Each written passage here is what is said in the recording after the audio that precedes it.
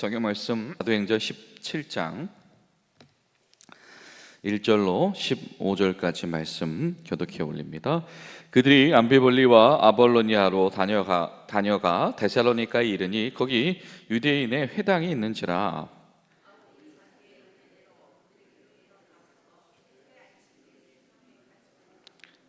뜻을 풀어 그리스도가 해를 받고 죽은 자 가운데서 다시 살아나야 할 것을 증언하고 이르되 내가 너희에게 전하는 이 예수가 곧 그리스도라 하니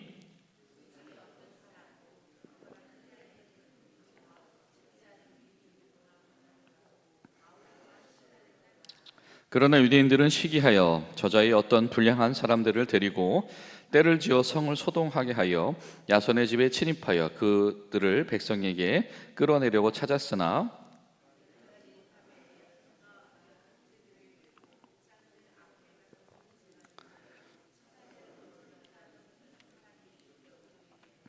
야손이 그들을 맞아 들였도다. 이 사람들이 다 가이사의 명을 거역하여 말하되 다른 임금 곧 예수라 하는 이가 있다 하더이다 하니 야손과 그 나머지 사람에게 보석금을 받고 놓아주니라.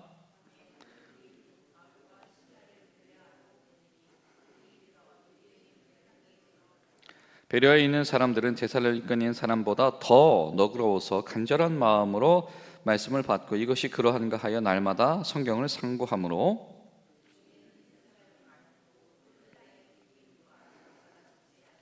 데살로니가에 있는 유대인들은 바울이 하나님의 말씀을 베레아에서도 전하는 줄 알고 거기도 가서 무리를 움직여 소동하게 하거늘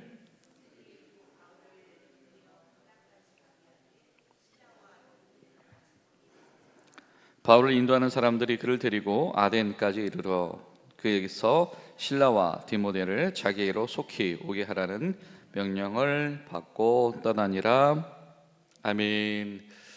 사랑하는 여러분, 오늘도 하나님의 인도하심 가운데 새로운 기쁨과 새로운 은혜가 있는 복된 하루 되시기를 간절히 소망합니다.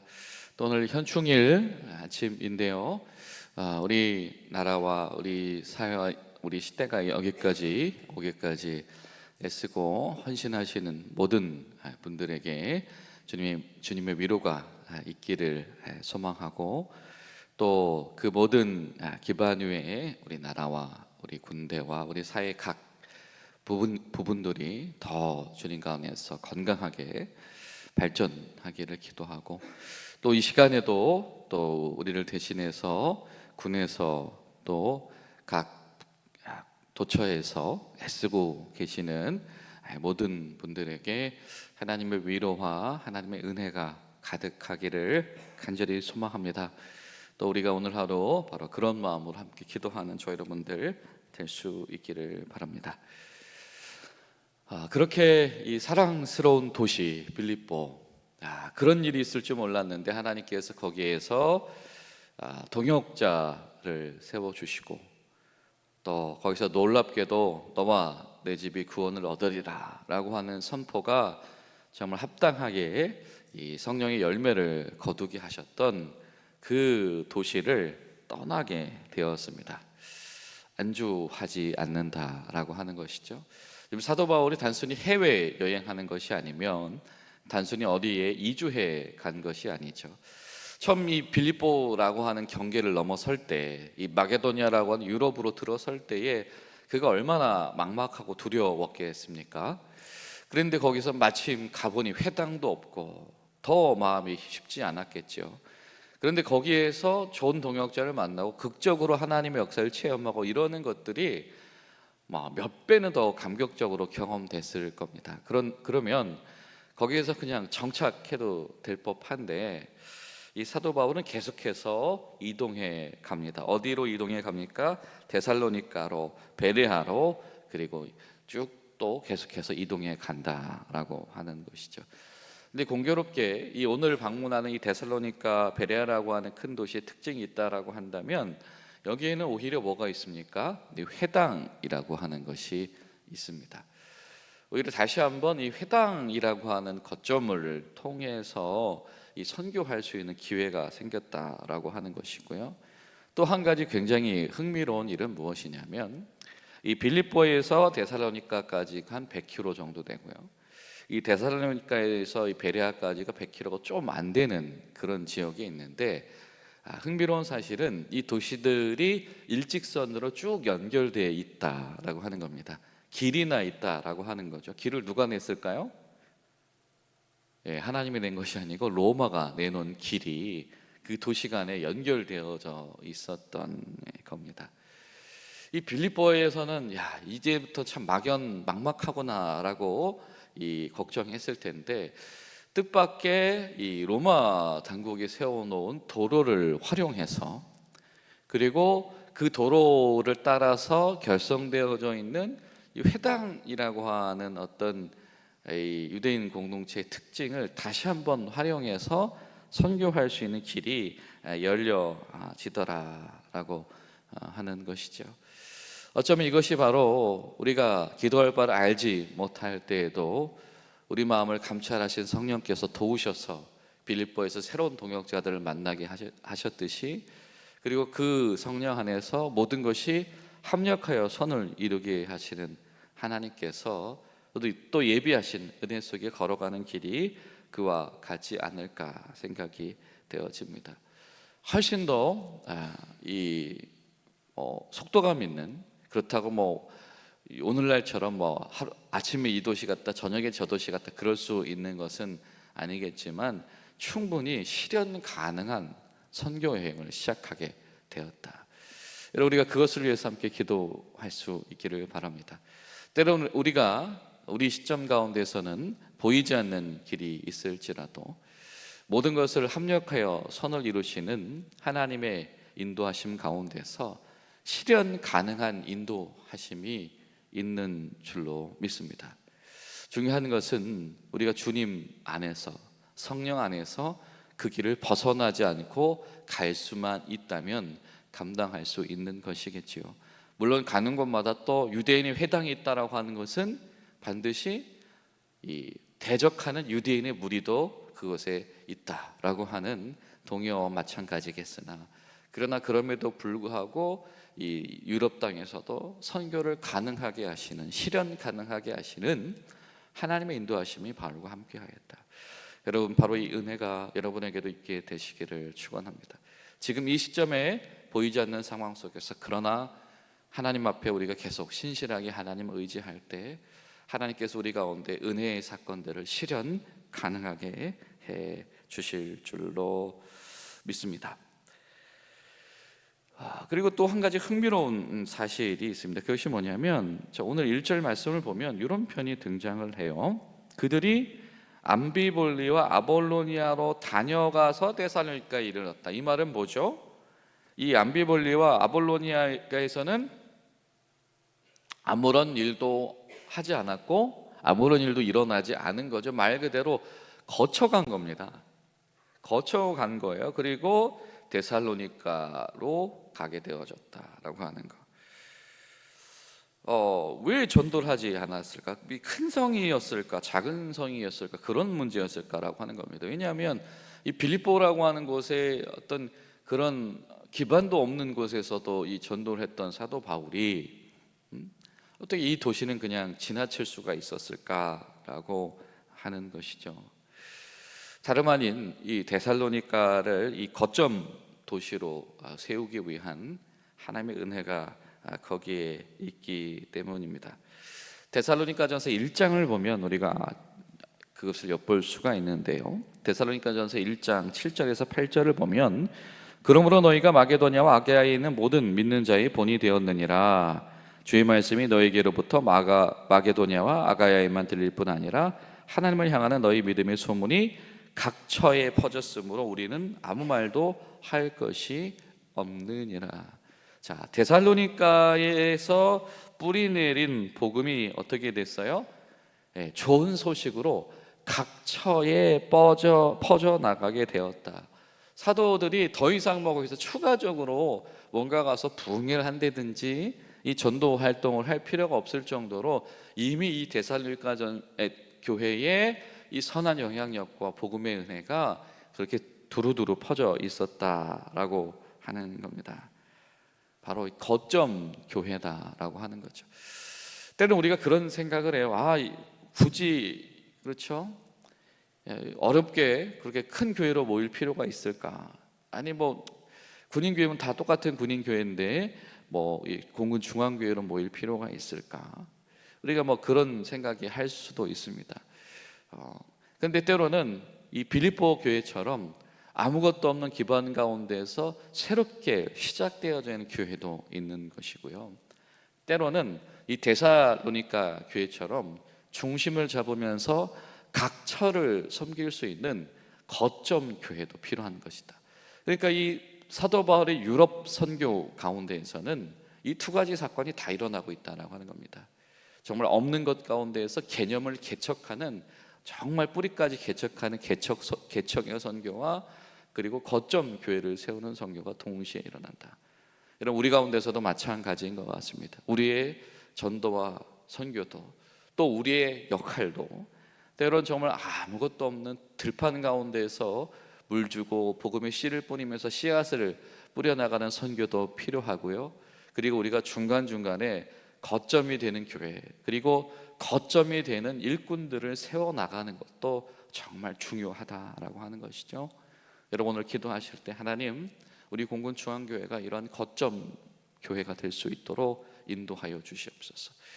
우리 공군 중학교 성도들이, 또 우리 공군 교회 성도들이 하나님께서 필요로 하시는 이 시대의 선교 가운데에 각 처에 두루두루 좋은 향기와 복음 전하는 거점과도 같은 성도들이 되게 하여 주시옵소서. 우리 그런 마음으로 기도할 수 있기를 바랍니다. 그렇습니다. 이 데살로니가 교회는 그 감당하지 않을 수 없는 그 역할을 부여받은 교회였다라고 하는 겁니다. 또 오늘 말씀을 보면 이 사도 바울이 복음을 전하는 이 방식들도 우리가 좀 엿볼 수가 있는데요. 자, 2절 3절 말씀을 보면 사도 바울이 3번에 걸친 안식일을, 그러니까 한 3주 정도, 거의 한 달간을 이 데살로니가 지역에 머물면서 지금 막 본격적으로 전도를 막 시작을 하고 있습니다. 어떻게 합니까? 자, 회당에 들어가서 어떻게 해요? 강론하기도 하고 뜻을 풀어주기도 하고, 그리고 어떻게 합니까? 예수님이 그리스도다, 예수님이 메시아다라고 하는 것을 그들에게 증언했다. 자, 3가지가 등장합니다. 강론했다, 뜻을 풀었다, 증언했다라고 하는 겁니다. 예수님을 증명해 내는 데에 강론하기도 하고 성경을 해석해 주는 것이, 성경을 해석하는 것이죠. 그리고 그 뜻을 풀어서 적용해 주기도 하고 이해되게 하기도 하고 설명해 주기도 하고 질문과 답변을 받기도 하고 그리고 증언하기도 하고, 다른 말로 표현하면 성경을 이야기해 주고 성경을 해석해 주고 그 성경 가지고 논증하고 그리고 그것을 자기의 언어로 증언하고, 이런 전도가 사도 바울에게 일어나고 있다라고 하는 겁니다.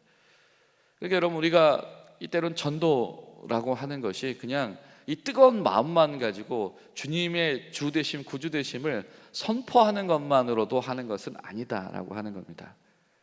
그들에게 말씀을, 하나님을 설명하고 규명할 수 있어야 되고요, 해석해 줄 수 있어야 되고, 때로는 이것을 가지고 논증할 수 있어야 되고, 그리고 그 무엇보다도 그것이 나의 언어로 증언되어 질 수 있어야 한다라고 하는 겁니다. 여러분, 그를 위해서 우리에게 필요한 것이 무엇이겠습니까? 그러니까 사도 바울이 그런 성령의 은혜를 이야기를 하죠. 말씀이 기억나고, 그렇죠? 말씀이 이해되고, 그리고 말씀이 믿어지고, 내가 말씀을 알고 내가 말씀을 이해하고 내가 말씀을 믿고 증언할 수 있는 이가 바로 전도할 수 있는 사람이다. 어떤 이들이 거점 교회가 되는 교회냐? 말씀을 강론하고 뜻을 풀어줄 수 있으며 그리고 말씀을 증언할 수 있는 교회가 거점의 역할을 감당하는 교회다라고 하는 것이죠. 여러분, 우리 가운데에 그런 내적인 능력이 준비되기를 소망합니다. 우리 가운데 말씀의 은사가 임하기를 소망합니다. 여러분에게 하나님의 말씀이 기억나게 되어지고, 여러분에게 하나님의 말씀이 이해가 되어지고, 무엇보다도 여러분에게 그 말씀이 믿어져서 증언될 수 있는 성령의 역사가 여러분에게 있게 되시기를 간절히 소망합니다. 자, 그런데 아주 이 골칫덩어리인 유대인들은 여기에서도 등장을 합니다. 견디질 못하는 거죠. 지금 보니까 4절 말씀 보니까 경거나 헬라인의 무리, 귀부인의 무리가, 큰 무리가 이제 마음을 열고 변화받기 시작했다, 이렇게 표현을 해요. 경건하다. 이 경건한 사람들이 있다라고 하는 것은 어떤 표현이냐면, 유대교에 귀의하고 개종하지 않았지만 하나님과 말씀에 대하여서 존중감을 가지고 있는 사람들을 이야기를 합니다. 그러니까 이 유대인들 입장에서 억울하고 아까운 거죠. 이 성경 말씀도 배우고 여호와 하나님한테 관심이 생겼으면 자기네 파로 들어와야 될 텐데 갑자기 기독교인들이 돼버리니까 아주 그냥 속 터지는 겁니다. 안 그래도 사도 바울 미워하고 그에 대한 소문을 여기까지 따라왔는데, 그랬더니 연거푸 이 사도 바울의 이름을 뭐라고 지금 고소하고 고발합니까? 사람들 앞에서 세상을 소란하게 하느니다, 가이사 대신에 예수를 왕으로 옹립하려고 하느니다. 그러니까 앞뒤 말도 안 맞아요. 예수님이 지금 죽으셨다라는 이야기를 했고, 그리고 재림해서 다시 오신다는 얘기를 하는데, 그 예수님이 로마의 황제로 등극한다는 의미는 아니잖아요. 자, 마치 예수님을 어떻게든 몰아내기 위해서 가진 방법을 동원했었던 예루살렘의 당국자들의 모습과 그들의 모습이 크게 다르지가 않다. 인간의 이 약한 본질은 이 크게 다르지가 않다.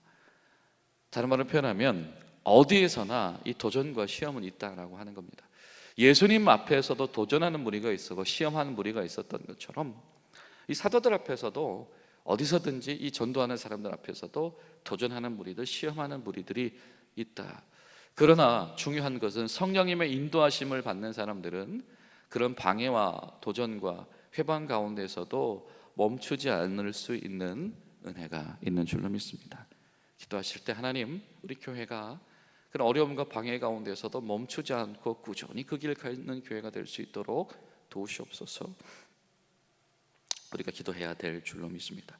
자, 그리고 나서 이제 베레아라고 하는 곳으로 가는데요. 여기도 참 또 눈에 띄는 구절이 한 가지가 있어요. 뭐냐면 11절에 보면, 자, 베레아에 있는 사람들은 데살로니가에 있는 사람들보다 뭐래요?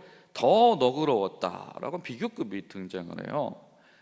아니, 앞에서 이 암비볼리로 아볼로니아를 안 거치고 이 데살로니가로 그냥 확 가버린 것도 조금 의구심이 들게 했었던 장면인데, 이번에는 그 데살로니가보다 뭐랍니까? 이 베레아 사람들이 더 너그러웠다. 이거 뭐죠? 비교하는 건가요? 차별하는 건가요? 뭡니까? 왜 노골적인 표현이, 이 성경에 이런 표현이 자주 등장하진 않잖아요. 왜 그렇습니까? 근데 그 이어지는 구절을 보면 그 의미를 알 수가 있습니다. 자, 더 너그러웠다라고 하는 말이 무슨 말씀이죠?